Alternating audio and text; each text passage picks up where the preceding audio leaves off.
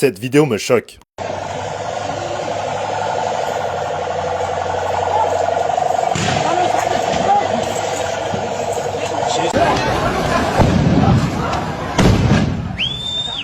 On y voit des grenades lancées contre des étudiants, qui ne faisaient que d'exprimer leur colère, de manière pacifique. Et ce n'est pas une scène isolée. C'est la réalité que vit la jeunesse malgache. C'est pour ça que j'ai pris une décision. Le mardi 7 octobre 2025, je pars à Madagascar. Parce qu'aujourd'hui, un peuple entier crie son désespoir. Mais personne ne l'entend. Coupure d'eau, coupure d'électricité, famine, répression, silence médiatique. Point de départ, l'université d'Antananarivo. Direction Ankatso. Une marche pacifique, comme samedi dernier. Mais très vite, la police est intervenue. Grenade lacrymogène. Et puis vers midi, la GSIS est arrivée. Et là, un cran a été franchi. Des tirs à balles réelles.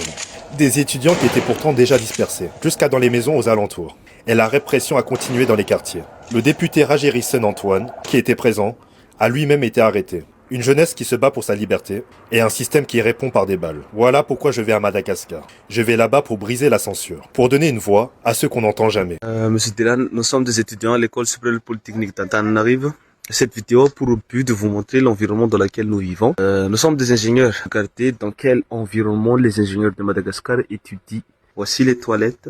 Tout ce que vous voyez en bas là, ce sont de la merde. Je vous dis même pas l'auteur. Regardez bien. Des étudiants qui y vivent. C'est ça l'environnement dans lequel nous vivons. Des toilettes mauvaises, c'est pollué.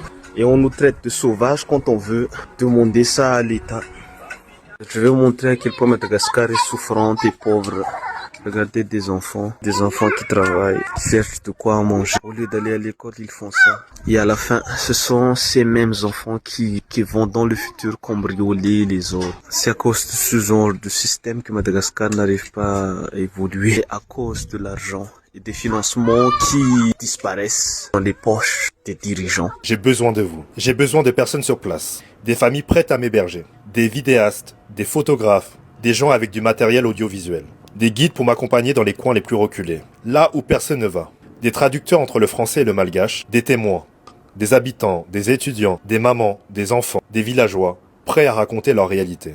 Et chaque lumière peut éclairer le monde. Mais pour que tout soit possible, il y a aussi la cagnotte en bio. Je répète, chaque contribution, même symbolique, est un acte de solidarité. 1 €, ce n'est peut-être rien ici, mais là-bas, c'est un repas, c'est un cahier, c'est un médicament, c'est une journée de travail. Chaque centime dépensé sera justifié. Je veux agir. Mais ce voyage sera rempli aussi de choses magnifiques. On va découvrir et partager la culture malgache. Sa cuisine, son histoire, ses traditions, sa richesse humaine. Alors tu pourras toujours aider. Partage les vidéos, soutiens la cagnotte, même un petit j'aime.